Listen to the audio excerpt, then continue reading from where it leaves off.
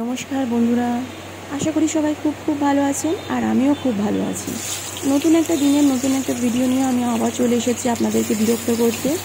তো আজকে বানিয়ে ফেলছি মাছের মাথা দিয়ে পুঁই শাকের তরকারি। তো তার জন্য প্রথমেই আমি যেটা করছি, পুঁই শাকটা মাছের মাথাটাকে আমি ভালো করে কড়ার মধ্যে তেল দিয়ে ভেজে নিচ্ছি। এটা একদম করকরে মরমরে করে ভাজবো। আর একদিকে বসিয়ে দিয়েছি আমি চা। বাজে এখন ঘড়িতে 11:30। তো আমার চা খাওয়ার খুবই ইচ্ছা হচ্ছে। আমি সকালবেলা আজকে চা খেয়েছি চা, তবুও আমার এখন যেন খুব দুধ চা খেতে ইচ্ছা করছে। ওই চিনি দেওয়া চা তো, তবুও চা তো বটে, চিনি ছাড়া খাই আর চিনি দিয়ে খাই, চা খেতে কার না ভালো লাগে। তো মাছের মাথাগুলো আমি ভালো করে মরমরে করে ভেজে নেব। তা না হলে মাছের মাথাগুলো যদি কাঁচা কাঁচা থেকে যায় বা হালকা করে ভাজি, তাহলে পুঁই শাকের মধ্যে কাঁটাগুলো ছিটকে পড়বে। সেই জন্য কারোর গলায় পড়তে পারে, কাঁটাগুলো ভালো করে মিশবে না। এদিকে আমার চাটাও হয়ে গিয়েছে, চা খেতে বসবো। আর চা হতে হতে আমার মুড়োটাও ভালো করে ভাজা হয়ে গিয়েছে। মুড়োটাকে এবার আমি তুলে নেব। মুড়োটাকে তুলে নিয়ে তার মধ্যে ওই যে তেলটা আছে, সেই তেলটা আমি তুলে রাখবো না। বেশ অনেকটাই তেল আছে, তবে পুঁই শাক রান্না করার জন্য আমি আজকে একটু বেশ অনেকটাই তেল ব্যবহার করব। অন্যান্য দিনের তুলনায় আমি একটু কম তেলেই রান্না করতে পছন্দ করি। তবে যেটাতে তরকারিতে যেটুকুনি তেল লাগে আমি সেটুকুনি তেলই দিয়ে থাকি। তো পেঁয়াজগুলো ভালো করে কেটে নিয়েছিলাম, কিছু পেঁয়াজ নিয়ে, আর সেগুলোই আমি তার মধ্যে দিয়ে দিয়েছি। পেঁয়াজটা ভাজা হতে হতে আমি তার মধ্যে 3-4টে কাঁচা লঙ্কা ভেঙে দিয়ে দিচ্ছি। এবার এটা ভাজার পরেই আমি কি করব, তার মধ্যে দিয়ে দেব সবজিগুলো। ও বাবা, সবজিগুলো চুবড়ি থেকে চলে এসে তো করার মধ্যে, ও না, সবজিগুলো দেওয়া হচ্ছে না এখন। সবজির বদলে আমি কি দিচ্ছি, রসুন বাটা। জানেনই তো রসুন বাটা খেতে আমার খুব ভালো লাগে, তাও তো আমি আজকে কালো জিরে দিইনি, কারণ কালো জিরে খেতে আমার খুব ভালো লাগে। তবে পুঁই শাকের সাথে মনে হয় না কালো জিরেটা যায়, তাই জন্য আমি আর দিলাম না। তো রসুনটাও ভালো করে ফ্রাই করা হয়ে গেছে। এবার পুঁই শাকের ডাঁটা, কুমড়ো আর আলুগুলো দিয়ে ভালো করে আমি মশলাটার সাথে কষিয়ে নিচ্ছি। আর এর মধ্যে আরও অনেক সবজি দেওয়া যায়, যেমন বেগুন দেওয়া যায়। তো আমি বেগুন দেবো না, কারণ আমরা বেগুনে অ্যালার্জি আছে বলে বেগুন খুব একটা খাই না। তার মধ্যে দিয়ে দিলাম নুন, হলুদ, লঙ্কা গুঁড়ো, জিরে গুঁড়ো, এগুলো দিয়ে ভালো করে মশলাটাকে কষিয়ে নিচ্ছি। যত দেখবেন মশলাটা কষা হবে, ততই কিন্তু তরকারির টেস্টটা বেড়ে যায়।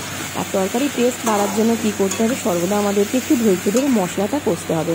আর তার মধ্যেই দিয়ে দিলাম, দেখুন এটা একটা জিনিস, যেটাকে বলা হয় কাঁঠাল দানা। এই সারা সিজন ধরে আমরা যে কত কাঁঠাল দানা খেয়েছি সে বলে শেষ করার মতন নয়।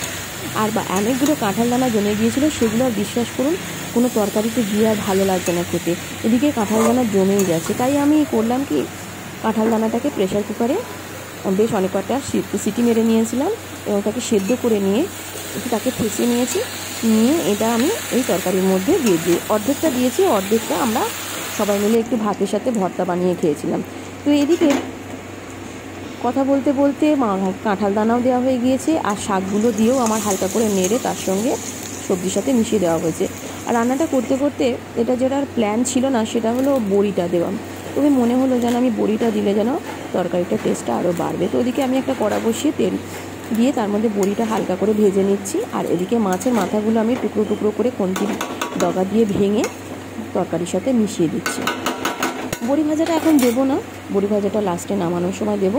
তো আমি ওই তরকারি সবজিগুলো ভালো করে কষিয়ে নিয়েছি, আর এখনও কিন্তু আমি তরকারিটার মধ্যে কোনো রকম জল দিইনি। ওই শাকের থেকে আর ডাঁটাগুলো থেকে, সবজি থেকে যে জলগুলো বেরোবে, সেই জলের মধ্যে দিয়ে একটু মাখামাখি হয়ে যায়, তারপরে দেখছি জল দেওয়া যায় নাকি। তবে সবজিগুলোকেও সেদ্ধ করতে হবে। আর এদিকে বড়িটা ভেজে নিয়ে আমি নামিয়ে নিয়ে তার মধ্যে দিয়েছি উচ্ছে আর আলু ভাজতে। উচ্ছে আলু ভাজাটা করার একটা টাইম পাচ্ছিলাম না, তাই জন্য ওই দিকটা বসিয়ে দিয়ে উচ্ছে আলুটা ভাজছি।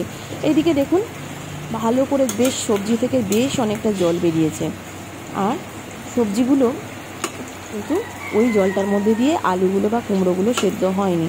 তো তারপরে আমি আরেকটু জল দিয়ে দিয়েছিলাম, দিয়ে ভালো করে চাপা দিয়ে আরও কিছুক্ষণের জন্য সেদ্ধ করে রাখছিলাম, যাতে তরকারিটা ভালো করে তৈরি হয়ে যায়।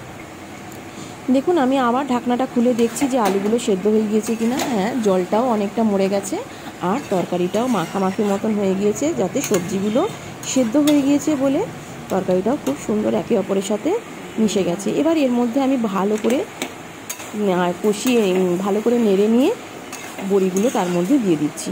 বড়িগুলো যাতে যেটুকুনি জল আছে সেটুকুনির মধ্যে আস্তে আস্তে একটু নরম হয়ে যাবে। তো দিয়ে কিছুক্ষণ কষিয়ে নেওয়ার পরে তারপরে আমি ভালো করে নেড়ে নিচ্ছি। আর গ্যাসের ফ্লেমটা যাতে তার মধ্যে আগুনটা লাগে সেটার জন্য একটু অপেক্ষা করতে হবে।